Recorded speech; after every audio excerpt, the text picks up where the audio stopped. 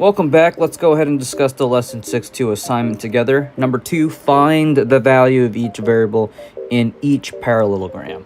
So that's great because the fact that this says each parallelogram, that means that we can assume that these are parallelograms. And remember, since these things are parallelograms, we have to recall those properties. And recall that one of the properties was, opposite angles are congruent, opposite sides are congruent. Sorry, that should be a tilde sign right there. What else? Consecutive angles are not consecutive angles. Yeah, consecutive angles are supplementary. And if one angle is right, then all angles are right. And I cannot forget this one. Diagonals bisect each other. And I can look at it, number 4. Okay, number 4 definitely deals with diagonals there. Okay, so let's go ahead and take a look at number 2. So I can see that these numbers are dealing with angles, and I'm trying to find the value of each variable. Know that these angles here are congruent. Okay, so I should definitely set them equal to each other, and then solve for x. Okay, because that's one of the properties here. Opposite angles are congruent. And then number 3, note that these numbers are dealing with the sides. So that should be property, let's call this, this property 1, property 2. You're going to be using property 2 where opposite sides are congruent. So this tick mark here, this tick mark here, to indicate that those opposite sides there are congruent. And then these sides here are congruent, okay? So what should you do? Well, just based on the tick marks that you can see, you can determine which expressions you can set equal to each other there. And then number 4, we're dealing with the diagonals here, and the diagonals do bisect each other at a midpoint. Okay, so what does that imply? Well, that means that this segment here is congruent to this segment. And note that a minus 7 is showing you it's part of this segment here. Okay, and 2b minus 6 is part of that segment there. And then, again, cannot forget that those two segments there are congruent because you have that midpoint. All right, so just by looking at the tick marks here, you can figure out how to set up the equations from there. And know that you're dealing with A and B, okay? So you have to solve for all the variables, and look at that, we have A and B in one problem. So make sure that you're solving for A and B. And then this one, this is a repeat, but I'm going to go ahead and ensure that 16, it seems like you have to solve for x and y, right? Remember that just by looking at this, you're solving for x and y here. And if I were to say, oh, okay, so this looks like there's 101, here's x, here's y, and there's nothing here. You have to recall this property. Let's call it property 3, consecutive angles are supplementary. So that means that this plus this is equal to 180. This plus this is equal to 180. This plus this is equal to 180. And this plus this is equal to 180. Blah, blah, blah, right? So I'm going to go ahead and solve for 1. I can go ahead and find x this way very, very easily. It's basically taking a look at these angles here, because first of all, we can assume that this is a parallelogram, and one of the properties says that consecutive angles are supplementary. So if I do x plus 101 equals 180, and then I minus both sides by 101, you should get, x equals 79. right? So x is equal to 79. So if this is 79, y'all, you can go ahead and tell me what y is equal to. So what's the answer for that one? Okay. Let's see. Use parallelogram ABCD to find each measure or value. Okay. So it's basically a lot of properties in one. Okay, there's a lot of properties you're dealing with here for this particular problem. What I want to go ahead and say is note that, okay, you have these diagonals here, and you know that this is 49. This angle here is 49 degrees, so this angle here has to be 49 degrees as well. Okay, so if I were to ask you, oh, what is the measure, does it ask me? Or is that really needed? Do I need to know if that's 49 or not? I don't think so. So I'm probably going to have to ignore that for now, I think. Oh, no. You probably have to figure out what DAC is. Oh, okay. Good. So this one's a little confusing. So you're going to figure out what the measure angle DAC is. So DAC is basically how long that angle is. Well, you know that the sum of the interior angles of a triangle they add up to 180. So you have 59, 49, and then you can figure out what this angle is here.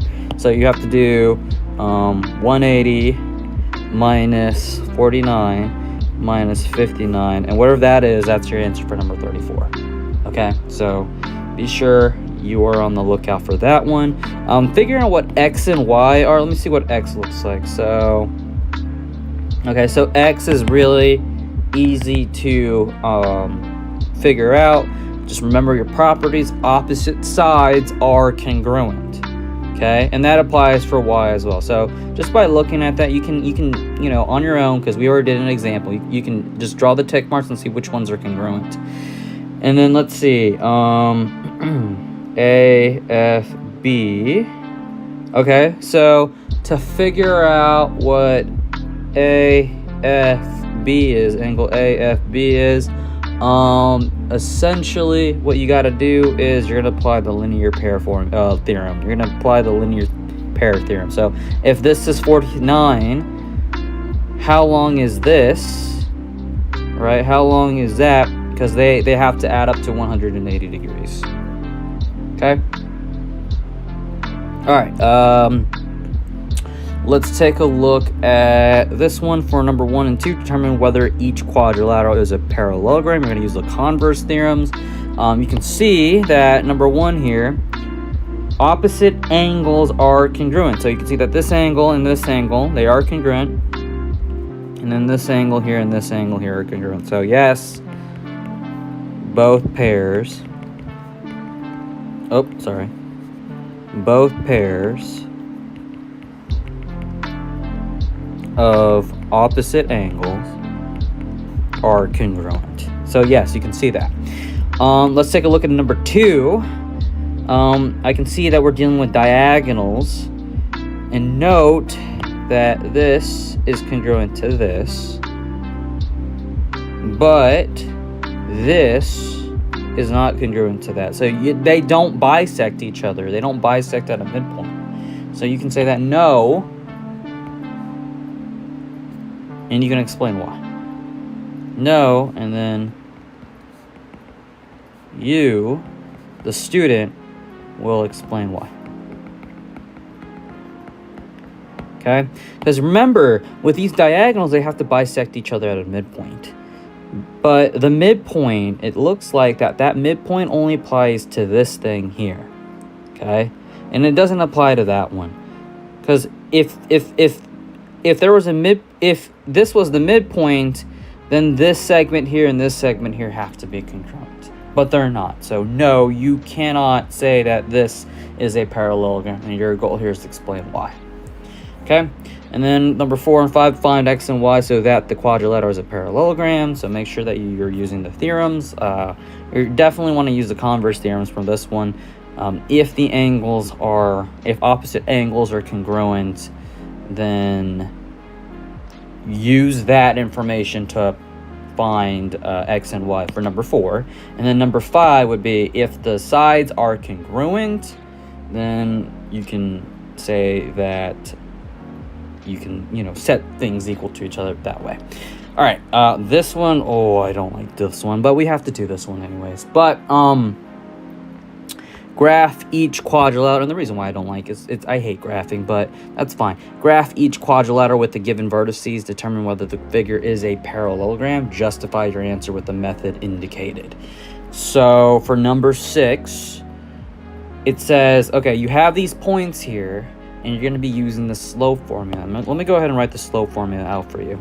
So it's m equals y2 minus y1 over x2 minus x1. So where do we use the slope formula? Okay, let's plot these points first. So -2 comma 4. So I'm taking a look at this. Where's -2 comma 4? It's right here. And then, first of all, let me go ahead and label this A. And then here's B, 5 comma 4. It's right here. Okay. And then C, so that's B. So C is 8 comma -1. So 8 comma -1 is right there. And then lastly, D is -1 comma -1. -1 comma -1. Okay. And then I'm going to go ahead and connect the dots.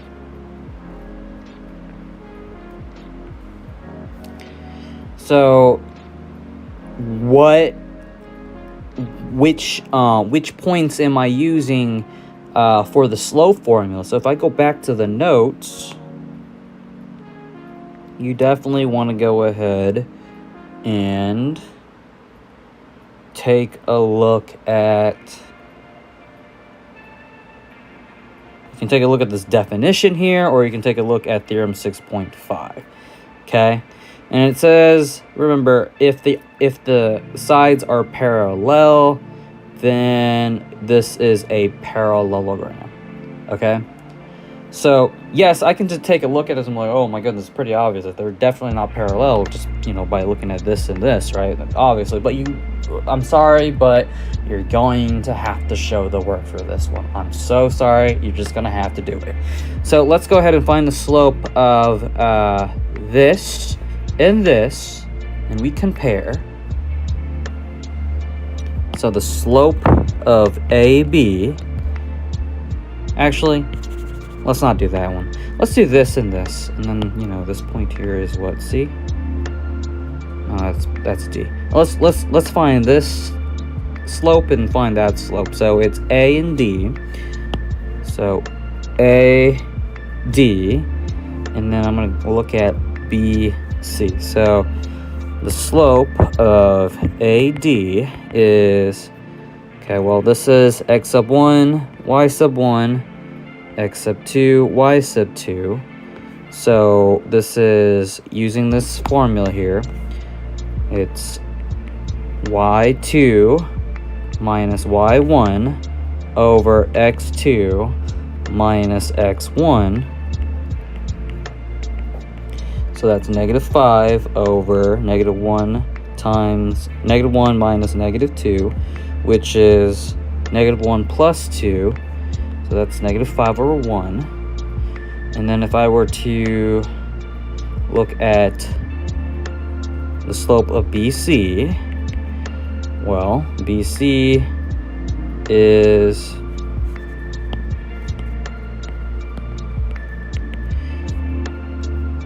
so this is x sub 1, y sub 1, x sub 2, y sub 2.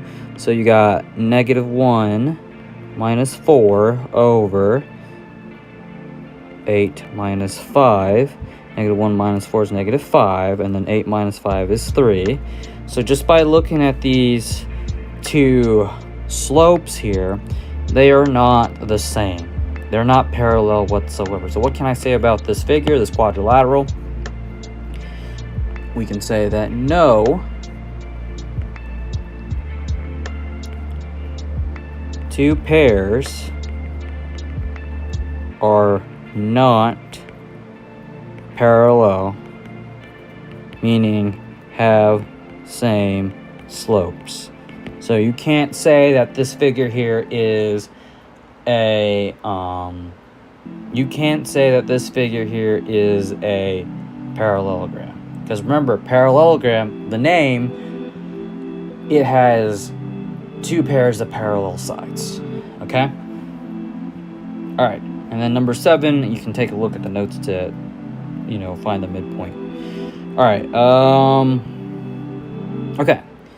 So, determine whether each quadrilateral is a parallelogram, justify your answer, and then you can just, look at all of these things here. Alright? And then here, find x and y so that quadrilateral is a parallelogram. Is there anything that stands out to me?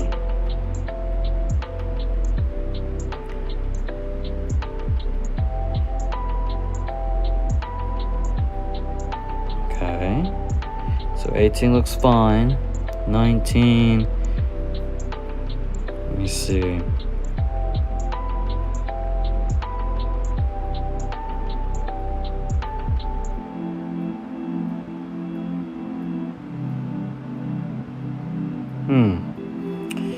Is this saying that, okay, these angles here are congruent? Are we going to assume that this is a parallelogram where alternate interior angles are congruent? Are we going to say that this angle here and this angle here are congruent? And do 3y plus 5 is equal to 5y minus 13. So that is, 18 equals 2y, so y equals 9. Okay, so yeah, you're going to be doing alternate interior angles for this problem. And then I love this problem because look, it's telling you which one's which, so that's great. This one's, in my opinion, this one's pretty fair. And then this one, what can you say about this one? Oh, this one's gonna be a little weird. Okay.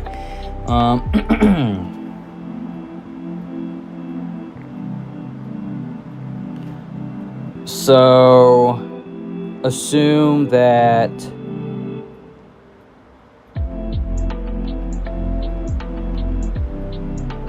let me take a look at this one. So we're gonna go ahead and assume that the consecutive sides are supplementary.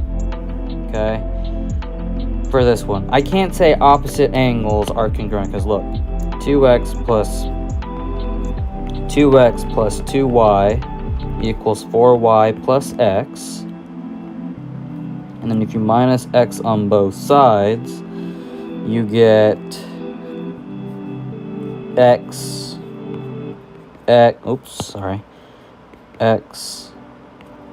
plus 2y is equal to 4y, and if I minus 2y on both sides, you get x is equal to 2y. Okay, and look, you got a variable and a variable, left hand side, right hand side. So this one's a little difficult, but if you look at these two angles here, assuming that we're trying to prove it's a parallelogram, well, these angles, they should be consecutive, right? So if I do x plus y plus 4y plus x, so these angles are consecutive, meaning that they are supplementary, we can assume so, equals 180. So then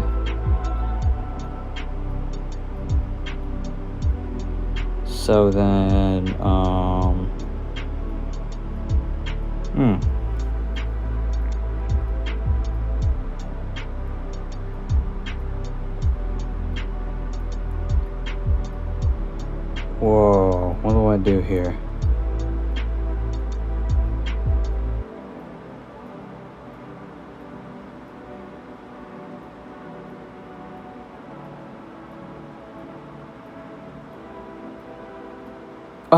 I see what I did here. Okay, so look at this. This is like a, I know that this says x is equal to 2y, right?